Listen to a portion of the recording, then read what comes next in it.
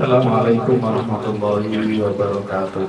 Waalaikumsalam warahmatullahi wabarakatuh. Alhamdulillah wassalatu wassalamu ala Rasulillah Sayyidina Maulana Muhammad ibn Abdullah wa ala alihi wa ashabihi wa mawala. Asyhadu an la ilaha illallah wahdahu la syarika lah wa asyhadu anna Muhammadan abduhu wa rasuluhu la nabiyya wa la rasula ba'da. Rabbi shrah li sadri wa yassir li amri wahlul 'uqdatam min lisani yafqahu qawli. Subhanaka la ilma lana illa ma 'allamtana innaka antal alimul hakim.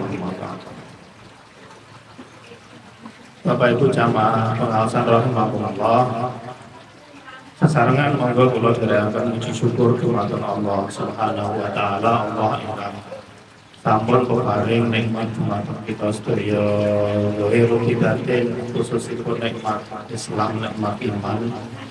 Mugi-mugi kita saged istiqomah anggenipun berislam lan beriman ngantos kita wangsul malih wonten ngarsa dalem Allah Subhanahu wa taala. Kali-kalipun sholawat salam mugi kunjuk dumateng Nabi Agung Muhammad sallallahu alaihi wasallam. Panutan kita yang kali ajaran agama Islam betul keselamatan kita sedaya dunia di akhirat. Ini situasi baru, kondisi baru, seger rasanya ngaji di pinggir sungai kan, sambil mendengarkan gemericiknya air nih.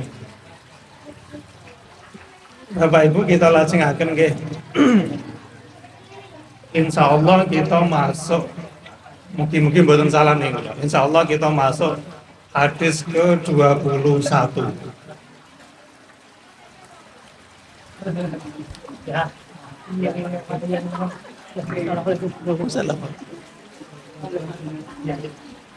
Hadis ke-21 dari hadis Al-Arba'in An-Nawawi.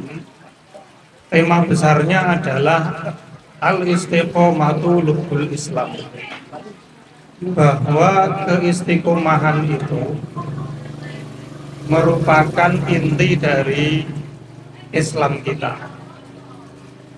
Hadisnya berbunyi an Abi Amrin wa qila Abi Amrota Sufyan bin Abdullah Ats-Tsaqafi qala, dari Abu Amr. Ada yang mengatakan namanya Abu Amroh, yaitu Sufyan bin Abdullah Ats-Tsaqafi.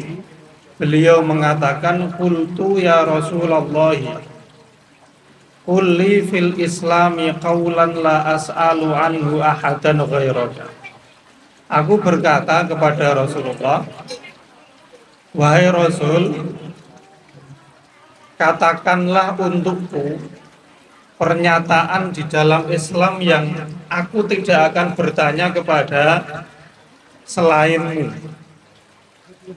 Qala, lalu kemudian Rasul menjawab, qul, katakanlah, amantu billahi tsumastaqim.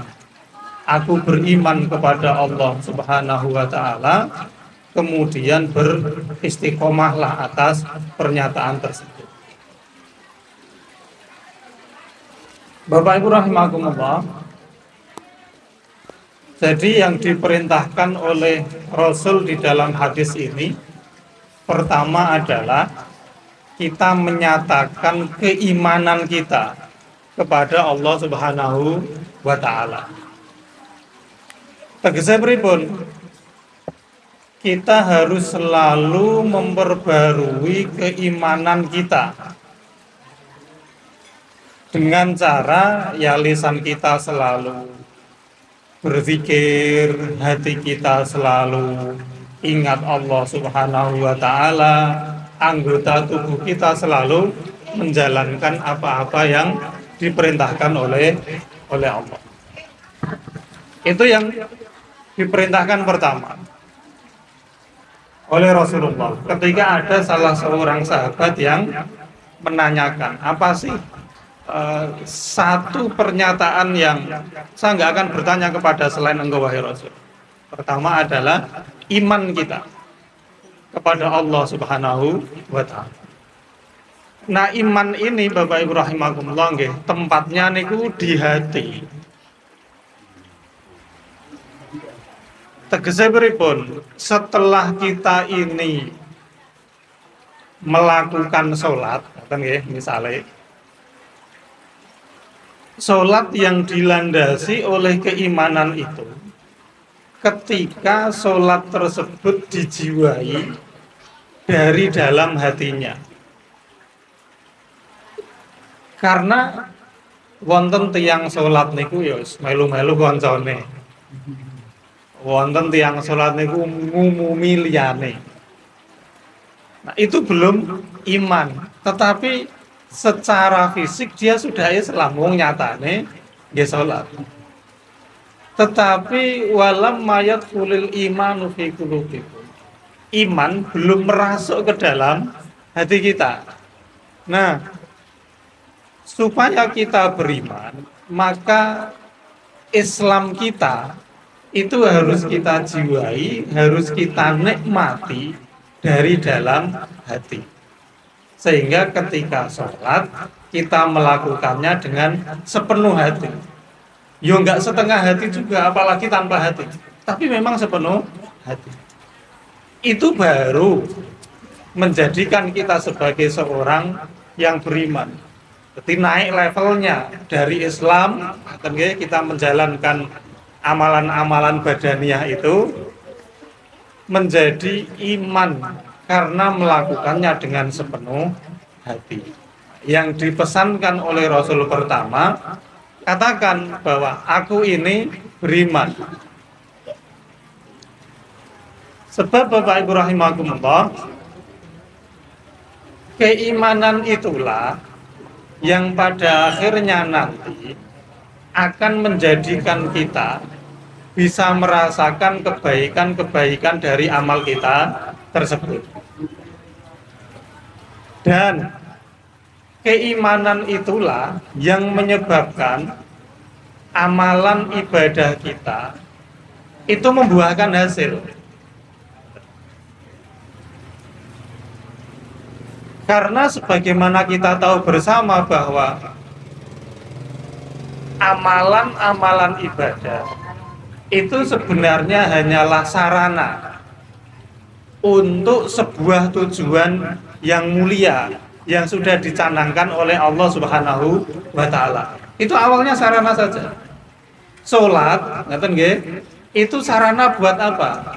Inna sholata tanha anil fahsya'i wal munkar. Salat itu merupakan sarana kita untuk mencegah diri ini supaya tidak melakukan keji dan mungkar.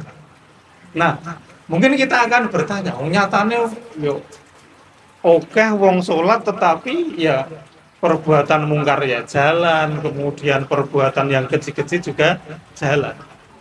Jawabannya ada di sini tadi. Ketika ibadah itu hanya sebagai ibadah, sebagai bentuk bukti keislaman kita, tanpa dijiwai dengan keimanan kepada Allah Subhanahu wa Ta'ala, maka tidak akan bisa membuahkan hasil.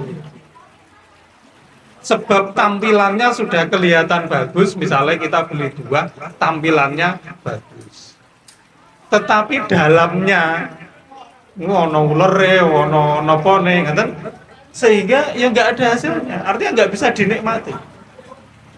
Nah, demikian halnya ketika kita ibadah, tetapi tidak dilambari oleh keimanan, tidak dilakukan sepenuh hati, tidak akan bisa dinikmati oleh masyarakat di sekitar kita. Sehingga nyatanya oke wong sholat tetapi kemungkaran tetap jalan.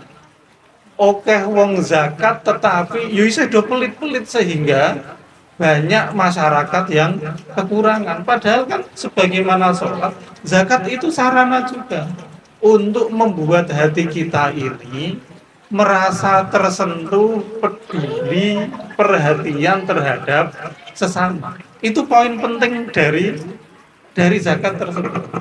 Tetapi nyatanya banyak orang yang sudah melakukan zakat, tetapi masyarakat sekitarnya ya tidak merasakan manfaat dari ibadah zakat tersebut. Ini problem kita bersama.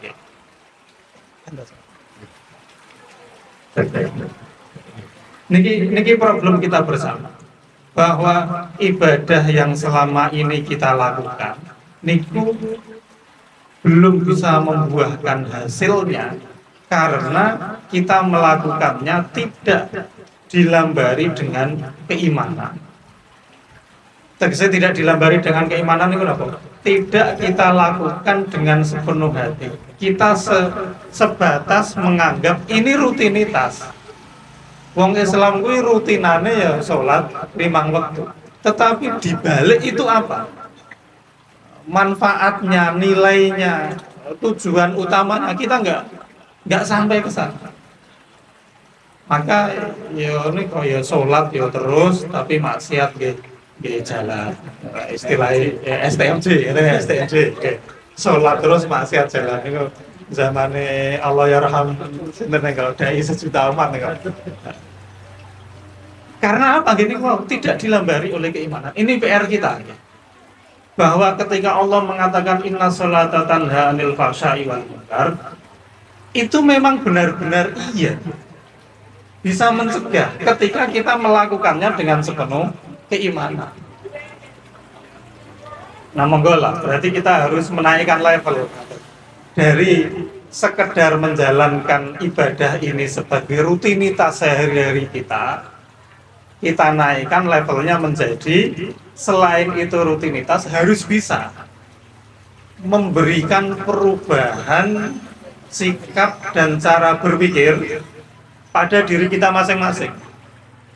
Perubahan itu bisa terjadi apabila kita melakukannya dengan sepenuh hati. Tidak sekedar ya kebiasaan ini. Dan itu perintah pertama atau pesan pertama yang disampaikan oleh Rasulullah. Amantu billah. Aku beriman kepada Allah. Maka kita tunjukkan keimanan kita itu. Nah, insya Allah apa yang kita acarakan pada pagi hari ini itu ya merupakan bukti, ini merupakan bukti terkait dengan keimanan kita kepada Allah Subhanahu wa Ta'ala. Artinya kita mau meluangkan waktu untuk mengisinya dengan hal-hal yang diridhoi oleh Allah Subhanahu wa Ta'ala. Ini bukti atas keimanan kita. Dan kita ya sudah merutinkan ini sekian lama setiap ahad lagi untuk melakukannya bersama-sama. Ya saya kira ini bukti karena di nasihat yang kedua setelah Rasul mengatakan katakanlah aku beriman kepada Allah itu summastaqim, lalu istiqomahlah, konsistenlah dalam keimanan tersebut. Nah, bukti keistiqomahan kita menjalankan keimanan ya pagi ini. Nyatanya awak dhewe niku setiap ahad legi ngoten nggih. Mbuh tempate nong ndi. Ya biasanya selama ini teng mim. Tapi saat ini ajeng diuter-uterke teng pundi ngoten nggih. Arep muter nong ndi wae. Kita ini sudah mewakafkan waktu kita setiap ahad legi dari jam 7 sampai jam 8 kita mewakafkan waktu kita untuk Allah Subhanahu wa Ta'ala. Nggak ada bukti yang lebih jelas dari keimanan kita melebihi niki komitmen dan keistiqomahan kita kayak gini. Maka Bapak Ibu niki ya benar-benar orang yang dipilih oleh Allah Subhanahu wa Ta'ala yang memang sudah bisa membuktikan keimanannya kepada Allah. Rasul kemudian mengatakan ini summastaqim, lalu kemudian beristiqomahlah. Ya rutinkan itu. Kita laksanakan secara kontinu.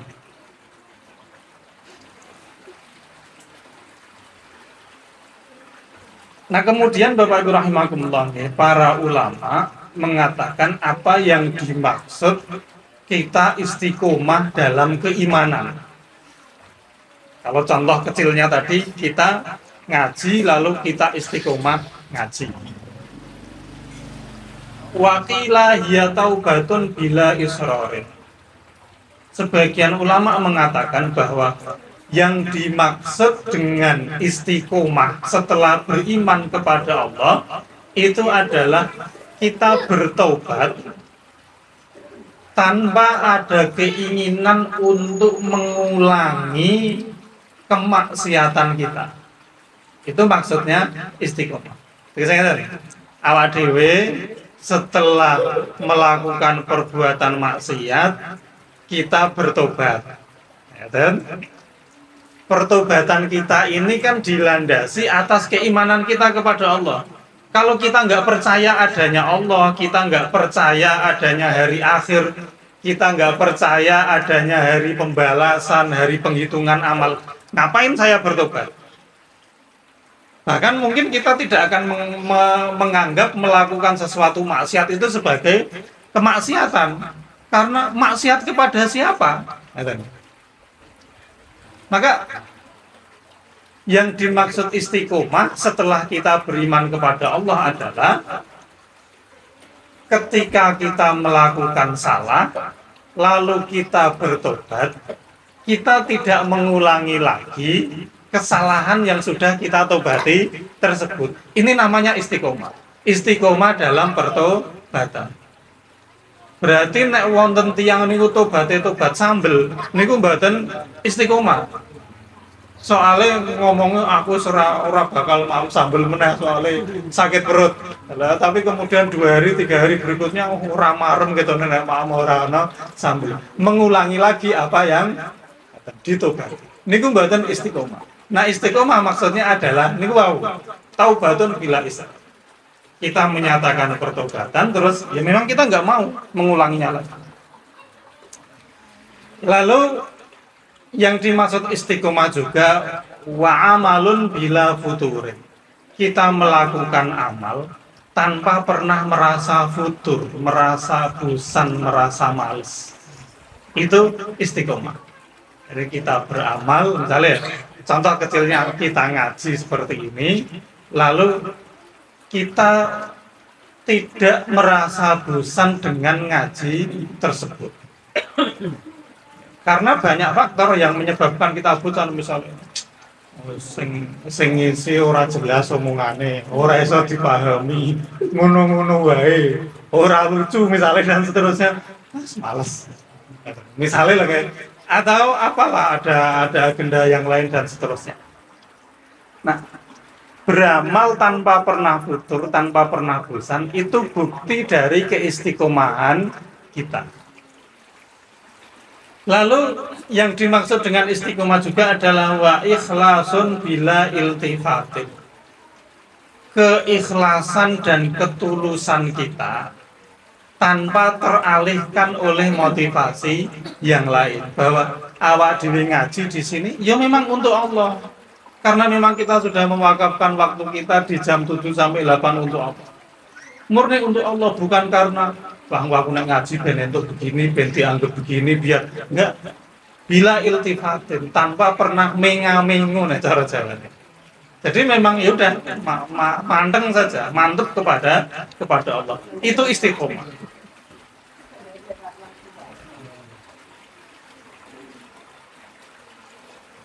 Nah, Bapak Ibu rahimakumullah nggih.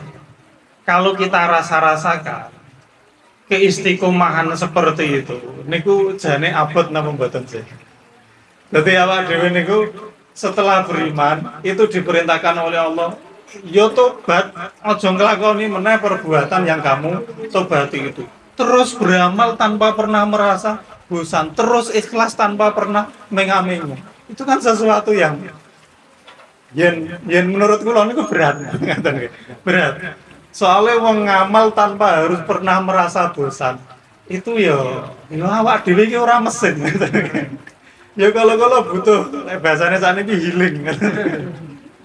Ya butuh hiburan.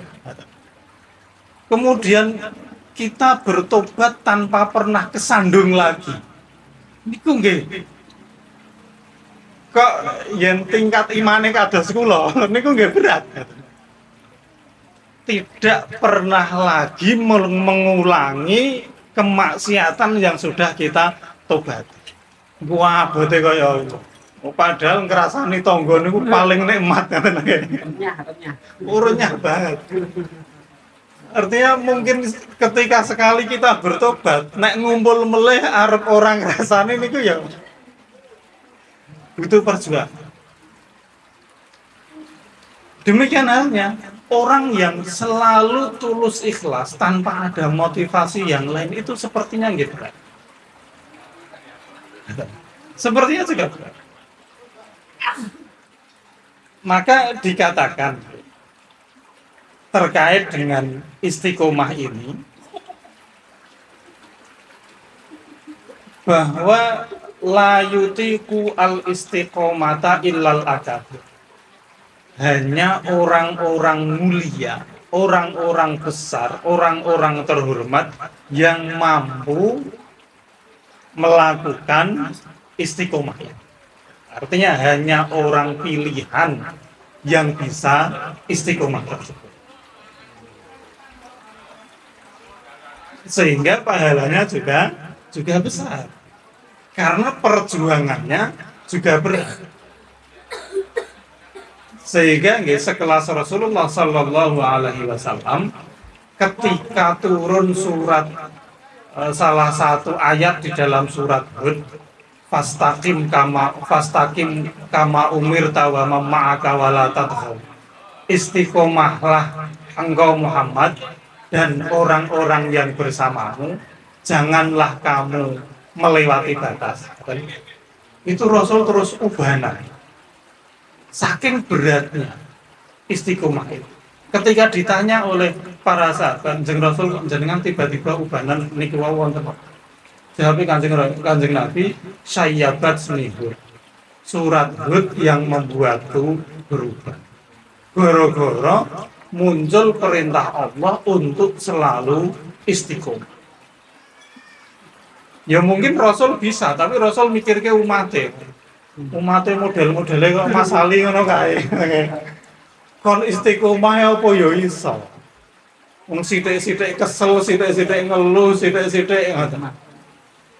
Ini yang menjadikan Rasulullah niku mikir sampai ubanan terkait dengan masalah istiqomah.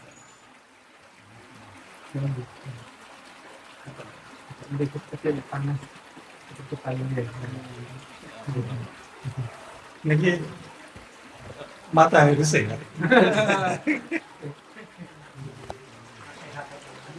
Maka dikatakan bahwa al istiqomatu khairun min alfi karomatin. Istiqomah itu lebih baik dari 1000 karomah yang diberikan oleh Allah kepada para walinya. Artinya apa? Bahwa keistiqomahan kita dalam beribadah itu poin yang sangat penting dan berharga, yang hanya diberikan oleh Allah kepada orang-orang yang Dia pilih. Maka misalnya ketika kita ini kok benar-benar sakit istiqomah dalam satu hal saja, dalam pengajian kita seperti ini, yo awak dhewe kuwi bisa dibilang ngoten kowe punya keramat yang begitu banyak. Karena ya pun lah awak dhewe jujur-jujuran mawon. Istiqomah itu memang sesuatu yang berat. Dicontoh ngaji kita saja. Ngoten nggih. Betapa sering kula menawi Bapak Ibu ngoten yang izin karena ada yang entah apa. Ini kita akui saja. Karena memang istiqomah itu sesuatu yang berat. Tetapi mari kita usahakan bersama. Karena ini yang diperintahkan oleh Rasul setelah kita beriman. Jadi insya Allah kan kita ini ya sudah beriman lah. Artinya menjiwai amal-amal kita dengan sepenuh hati, melaksanakannya itu sepenuh hati. Nah, tugas kita setelah ini adalah beristiqomah, menjaga kualitasnya tersebut, menjaga kualitas ibadah kita supaya levelnya itu terus pada level keimanan sehingga ada buahnya. Nah, sholat awak dewe sholat ya memang bisa mencegah dari keji dan munkar. Kalau kemudian kita zakat, ya memang menjadikan kita itu penyayang terhadap sesama, peduli terhadap tetangga dan seterusnya. kalau memang kita haji, kita juga menyadari bahwa napa niku dalam kehidupan sehari-hari untuk menghadap Allah Subhanahu wa taala itu kita harus napa tulus ikhlas dengan atribut-atribut yang khusus untuk bisa menghadap Allah. Karena misalnya seperti ini ya, kalau kita terkait dengan ibadah haji, saat kita melakukan haji, mbah sugih kaya apa, kita nggak akan sah melakukan haji kalau tidak pakai baju ihram. Baju ihram itu berapa? Apa ya kemudian baju yang ada hiasannya macam-macam, wonten kan enggak? Ya cuma baju sederhana yang warnanya putih seperti itu, bahkan nggak ada jahitannya. Jadi untuk menuju Allah dibutuhkan kesederhanaan seperti itu. Itu kan oleh-oleh wong haji. Baju ihram itu menjadi simbol pengingat kita. Nek pengen ketemu Gustimu, ketemu pangeranmu, ditampa ngamal, ya ngono kuwi ora usah neko-neko. Lah kok ana wong rampung haji nek ora diceluk Pak Haji kok kemudian muring-muring lho.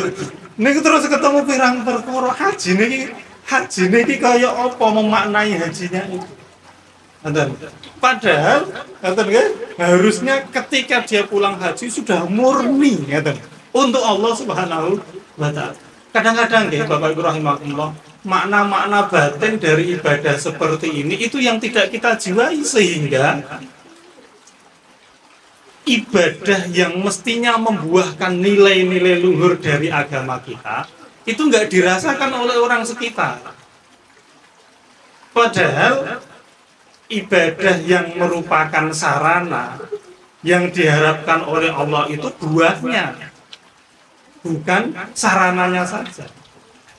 Artinya ketika kita nyeranani melakukan sholat, melakukan zakat, melakukan haji, melakukan puasa, itu Allah berharap bahwa dengan ibadah tersebut masyarakat itu bisa merasakan manfaatnya, bisa melihat buahnya.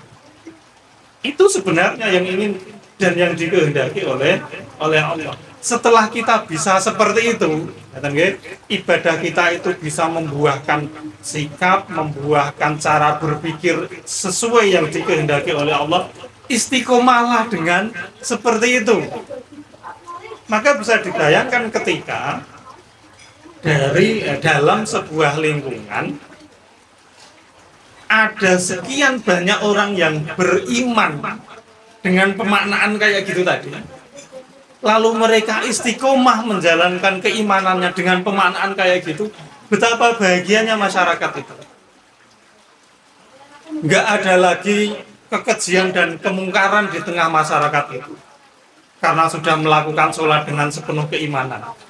Nggak ada lagi orang yang kekurangan di masyarakat itu, karena semua orangnya sudah menjiwai makna dari zakat. Nggak ada lagi kesombongan, isinya semua adalah ketulusan, karena mereka sudah memaknai haji dengan sebenar-benarnya. Apalagi yang diharapkan setelah itu?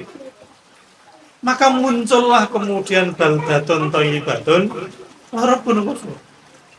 Negeri yang baik, ngaten nggih, yang di bahasa Jawa napa niku loh jinawi, gemah ripah loh jinawi. Lalu warabbun ghafur, dan Allah itu atau Tuhan itu mengampuni semua masyarakat.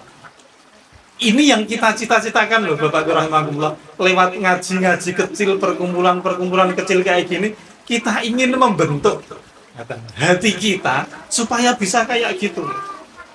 Nek sholat ki ono nilainya, ada hasilnya, nek zakat ya ada maknanya, yen haji seperti itu. Lalu kita istiqomah. Mun lah misalnya kita di pagi ini berikrar ngoten, tiang sementen iki ikrar untuk istiqomah dalam keimanan seperti itu. Maka akan ada sekian ngoten nggih, sekian keluarga yang akan menjadi percontohan, dan itu manfaat dari keluarga tersebut bisa dirasakan paling tidak oleh tonggo teparone niku. Tonggo samping kanan, samping kiri, depan, belakang kita itu akan merasakan nikmat iman dari kita.